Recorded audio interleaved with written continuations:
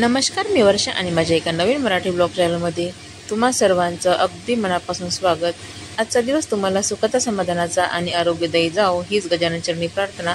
आणि ही वेळ आहे सकाळची, दिवस होता शनिवार, तर हे काही ड्युटीवर गेले नव्हते, घरीच होते, तर त्यामुळे त्यांना नाश्त्याचं बनवून द्यायचं होतं आणि मुलांसाठी स्वयंपाक बनवायचा होता। तर यांचा शनिवार असल्यामुळे मग मी आमच्यासाठी वाटाणे भात केला होता आणि दूध आलं होतं, दूध गरम करून घेतलं आणि यांच्यासाठी बनवले होते पोहे।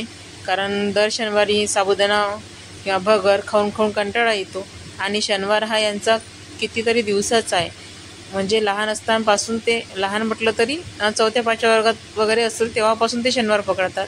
तर मग आता नेहमीचा शनिवार असेल तर म्हणजे पोहे किंवा उपमा खाल्लं तरी चालते, असं काही नाही की साबुदाणा किंवा भगरच खाल्ला पाहिजे म्हणून। तर मी मग एखाद्या वेळेस यांना पोहे आवडीने करून देते, कारण मुलांना पाहिजे होते पोहे, म्हणून मग मुलं म्हणाले मम्मी साबुदाण्याचं उसळ नको बनवू, आज पोहे बनवून दे, कारण आम्ही पण खाणार आहोत। तयारी माझी झाली आहे आणि मी चालली आता। चला तर मग कुठे चालली आहे तुम्हाला समोर कळेलच। चला मग आता यांना नाश्ता दिला, चहा मांडून दिला आणि आता वाजले होते 9 आणि मी माझी सगळे कामं सकाळी आटोपले होते आणि आंघोळ करूनच आज स्वयंपाक केला होता, कारण मला जायचं होतं त्यामुळे। तर कुठे जायचं म्हटलं तर आपल्याला पहिले सगळी घरची तयारी करून द्यावी लागते आणि नंतरच मग घराबाहेर पडावं लागते। तर स्वयंपाक, यांचा नाश्ता, चहा, पाणी सगळं करून दिलं आणि हे गेली दुकानात आणि मी पण चालली आहे आता। दीपक मला नेऊन पोचवणार आहे, तर चला तर मग आता। आणि आलो होतो आम्ही आता देठेताईकडे, कारण आमच्या तिकडल्या जिथं माझं दुकान आहे आमचं त्या शेजारी देठेताई राहतात, त्यांचा स्वयंपाक होता आज। गोडगाव विजासनला देवी आहे, तिथे जगदंबा माता म्हणजे भवानीच आहे, ते भवानी मातेचंच मंदिर आहे, तर तिथे यांचा स्वयंपाक होता, तिघी जावांचा पण मिळून होता स्वयंपाक।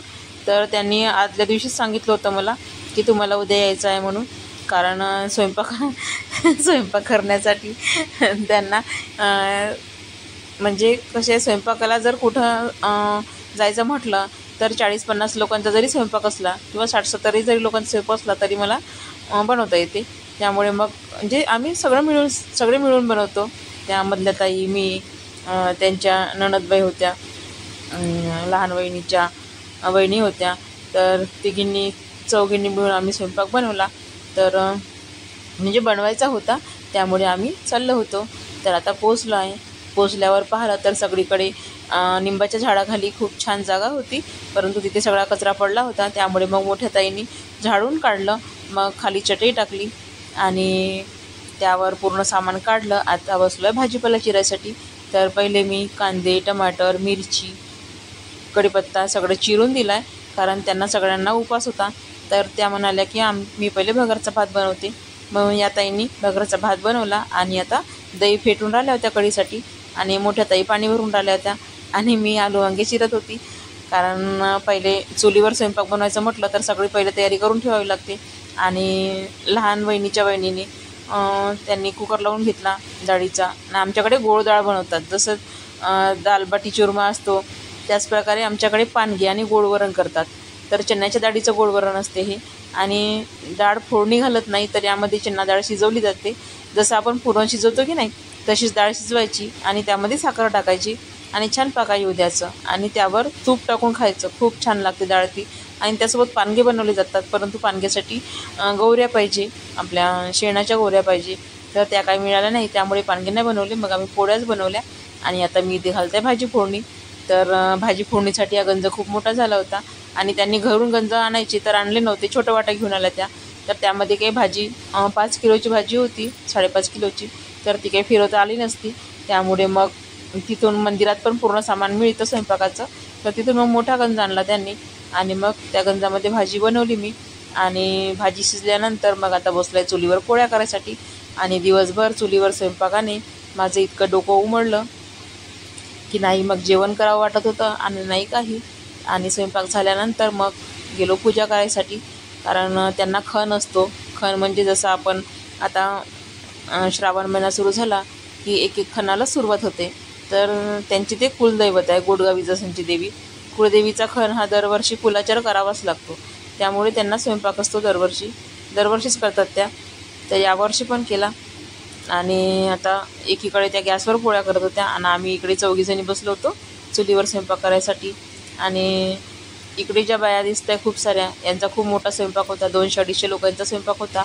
आणि इकडे लहान वहिनी भांडे घासत होत्या. आणि बाहेरचा स्वयंपाक हा ना लवकर होतो. आम्हाला पोचायला इथे बरोबर 12 वाजले. घरून 9 वाजता निघालो, परंतु रस्ता खराब असल्यामुळे बरोबर पोचायला 12 वाजले आम्हाला. आणि 12 वाजता जरी स्वयंपाकाला बसलो तरी पण आमचा पूर्ण स्वयंपाक 3 वाजेपर्यंत पूर्ण कंप्लीट झाला. आणि चुलीवरच्या स्वयंपाकाला वेळ लागतो कारण हवा खूप होती आणि साईडने सगळं जंगल एरिया आहे, त्यामुळे इतकी हवा होती की खूप चुलीलासुद्धा विस्तव नव्हत्या लागत, इतकी सारी हवा होती. परंतु मग थोड्या वेळाने हवा शांत झाली आणि कसाबसा स्वयंपाक झाला. टिनाचं शेड आहे तिथे आणि काही मग निंबाच्या झाडाखाली पण गॅस ठेवला होता. आणि इकडे असं सगळं जंगल एरिया आहे पूर्ण. आता इथे थोडं दिसतं आहे तुम्हाला, परंतु साईडने खूप मोठं जंगल आहे. आणि मग सगळा स्वयंपाक झाल्यानंतर आता देवीचं मंदिर हे वरती आहे, पायऱ्या खूप नाही आहे, 25-30 असेल पायऱ्या. मग आम्ही वरती गेलो पूजा करायसाठी. तर ज्यांचा स्वयंपाक मोठा होता त्यांचा स्वयंपाक झाला होता, तर त्या पूजा करत होत्या, त्यामुळे मग आम्ही बाहेर थांबून गेलो. आणि त्यांची पूजा झाल्यानंतर मग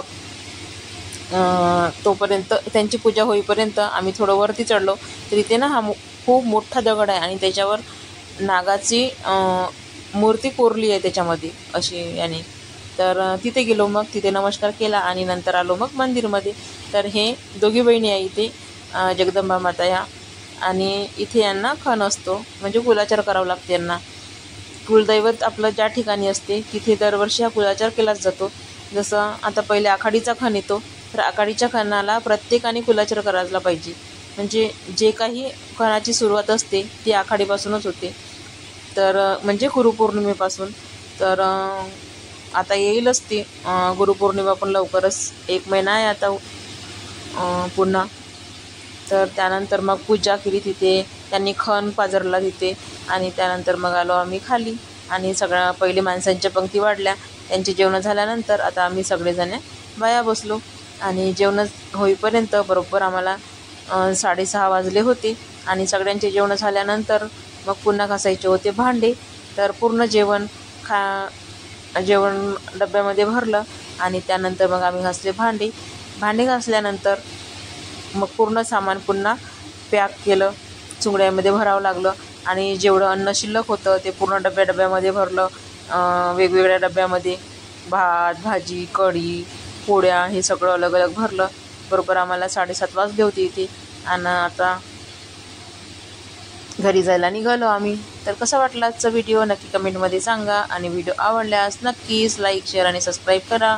आणि पुन्हा भेटू एका नवीन व्हिडिओसह. तोपर्यंत सर्वांना बाय बाय आणि सर्वांना